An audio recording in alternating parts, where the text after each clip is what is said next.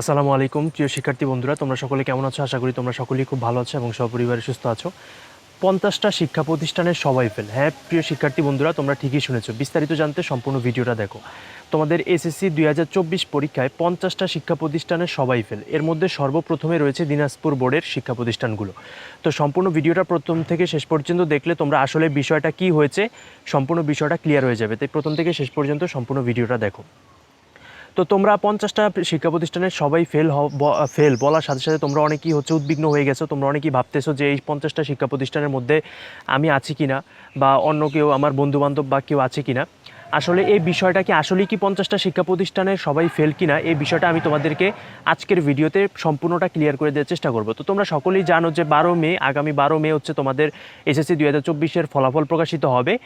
এবং তোমাদের ফলাফল প্রকাশিত হওয়ার মধ্যে তোমরা অনেকেই কিন্তু জানতে চেয়েছো যে এই নিউজটা কিন্তু আমরা অনেক টিভি নিউজেও কিন্তু দেখতে পাচ্ছি, ঠিক আছে? যেমন দেশ টিভি, ডিবিসি, যমুনা টিভি, এরকম টিভি চ্যানেলগুলোতে কিন্তু আমরা ইউটিউবে ঢুকলে, ফেসবুকে ঢুকলে দেখতে পাচ্ছি যে শিরোনামে 50টা শিক্ষা প্রতিষ্ঠানের সবাই ফেল। আসলে কি 50টা শিক্ষা প্রতিষ্ঠানের সবাই ফেল? কোনটা সত্য, কতটুকু সত্য, এই বিষয়টা এই ভিডিওতে ক্লিয়ার করে দিচ্ছে। আসলে এই যে 50টা শিক্ষা প্রতিষ্ঠানের সবাই ফেল, এটা কিন্তু সত্য, বাস্তবিক সত্য। কারণ এটা যেহেতু বড় বড় টিভি চ্যানেলগুলো, দেশের জাতীয় গণমাধ্যমগুলো নিউজটা দিচ্ছে, সেহেতু অবশ্যই এটা সত্য নিউজ। কিন্তু এখানে একটি কিন্তু রয়েছে। সেই কিন্তুটা হচ্ছে এই যে 50টা শিক্ষা প্রতিষ্ঠানের সবাই ফেল, এই নিউজটা কিন্তু এই বছরের না, অর্থাৎ এটা গত বছরের নিউজ। তোমরা যদি নিউজটা দেখো তাহলে নিউজের এখানে লেখা দেখবে গোল করে 1 ইয়ার অ্যাগো। নিউজের ডান পাশে নিচের দিকে লেখা দেখবে যে 1 ইয়ার অ্যাগো, ভিডিওর নিচে, ঠিক আছে?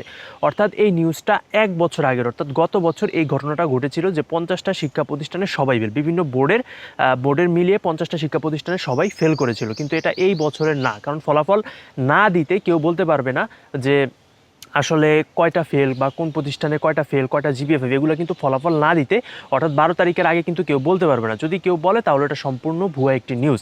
তা আসলে আমি মনে করি যে তোমরা আসলে বিষয়টা ক্লিয়ার হয়েছে যে আসলে কোনটা সত্য কোনটা মিথ্যা।